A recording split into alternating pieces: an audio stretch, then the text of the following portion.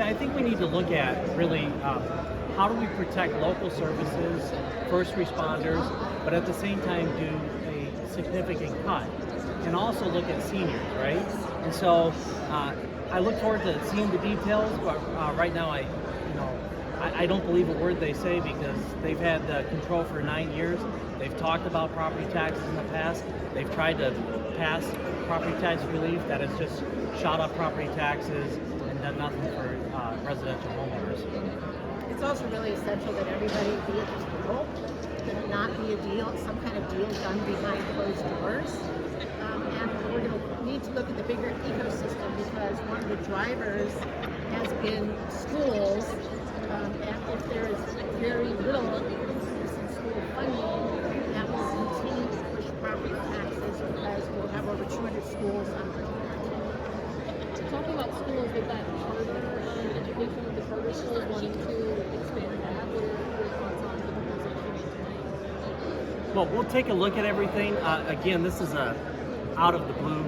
I'm not exactly sure what she is specifically talking about, but we want to do the best we can for all public school students and private students. But at the same time, there is no oversight and there's no caps on these voucher programs, and we need to do something because it is out of control and the budget cannot handle it. I don't think it's a plus to be spending $350 million in taxpayer money on an unaccountable voucher program where it's the schools who help the students and where 80% of the people who are sending their children there are already sending their children. 90% of Iowa's children go to public schools, and we are far behind the rate of inflation.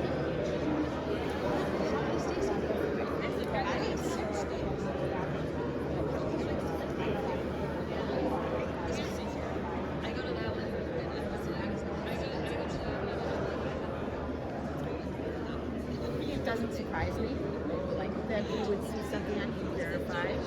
If she may run a bill, someone else may run a bill. It's fascinating that even parts of the federal government have said that E-Verify is not a reliable system. Whatever the verification system that we're going to use, it has to apply to all employers, not just government employers. And so if we're going to do anything, we need to make sure that it applies to all employers. Can I also just ask you, so you guys can put this light on the property tax, usually general reaction to the claim that you proposed tonight and how it relates or is different?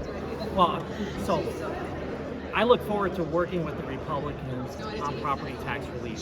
They've had 9 years to do some kind of relief and they've done absolutely nothing. Instead, they focused on divisive social issues. At least we are having very, very, very serious conversations about this. But at the same time, it's difficult to take them seriously because they always talk about tax relief, but nobody ever sees it in their pocket. So we need to protect first responders, we need to protect schools, but we also need to look at efficiencies and helping seniors and residential properties. And if we can do those things, Iowa House Democrats will be with them. The Iowa Senate Democrats will have a serious conversation on this. As I said, it really has to help Iowans who need the help the most. There are multiple bills out there, and we don't know what's going to end up coming to a vote at this point. We'll be talking with local governments. We'll be talking with many other folks who are involved.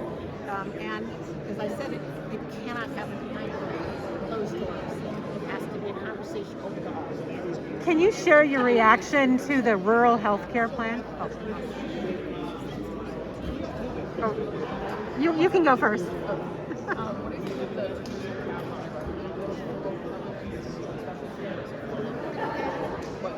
So in her speech, I did not hear a number from the government. And so, well, you all got a briefing that we were not availed of prior. We have been told that, particularly if you look at growing communities, and if you look at the portions of growth for communities like fire and police and pensions and all the rest that are not capped, that's extremely difficult for communities. And as a former city councilor who served on a council where we are extremely careful with money, in a city that has had a AAA bond rating for years, people, money is being used for things that people vote for. Can you share your reaction, not just to what the governor said tonight about rural health care, but just in general about the state's plan that was just awarded the $209 million federal dollars? And do you feel that that's well designed, or the priorities are correct, or do you have different thoughts on it? Well, I think it's very important to understand what is going on here with healthcare in this state. First off, she spent a lot of time talking about early detection, healthcare, cancer. Early detection means survival rates go up. The challenge here, and the problem is that you can't believe anything that they say, because these are the same people that are in Washington, D.C., cutting the ACA subsidies, refusing to help with that, and that's the easiest thing we can do for rural health care. And at the same time, the big budget bill that came out cut money to rural hospitals. That's the reality. And anything else is a Band-Aid. The reality is that even given the rural health care program, our rural hospitals will be at least $40 million short. We have to see what programs are put forward.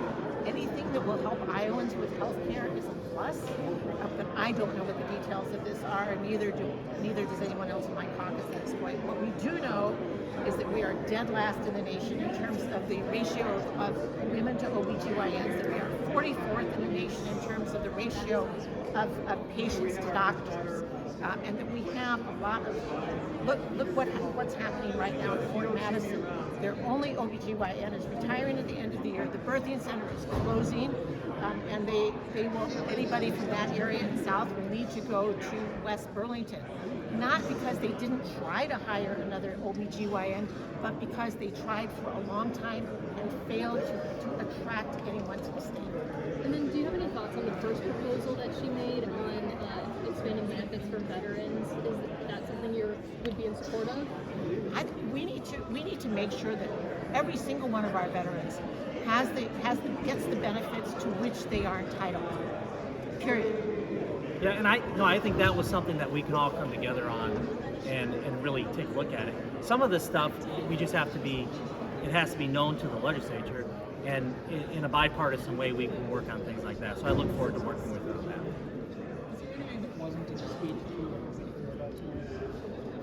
I heard nothing at all about water quality. We all know that we have a water quality crisis. Did not hear anything about that. I really didn't.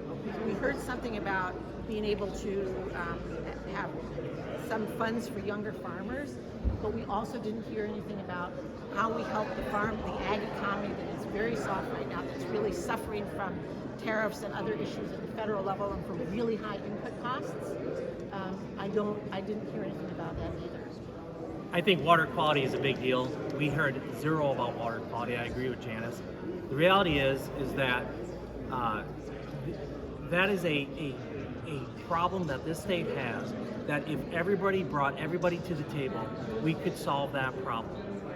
And unfortunately, they refuse to even have a conversation about it. The second thing is, we have an eminent domain bill that's coming up in the next couple of weeks, and the conversation needs to shift to how do we come together to protect property rights, but also help rural Iowa.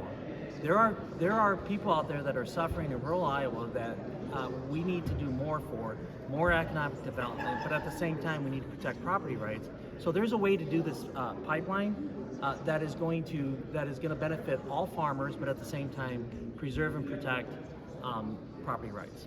There's something else that we heard about, but we didn't hear how the state is going to be a part of this, and that is how we lower our cancer rates. We heard there will be some federal funding.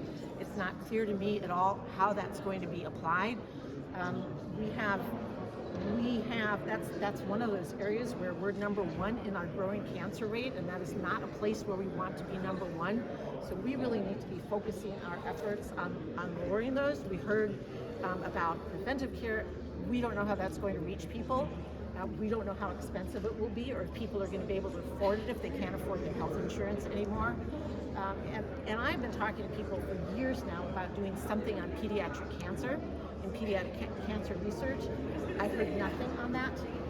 And we are in the process of losing one of our top pediatric cancer specialists from the University of Iowa, who's going down to a well-funded facility in Florida so he can work on that research, and we're losing him right here. Anybody else? Thank you.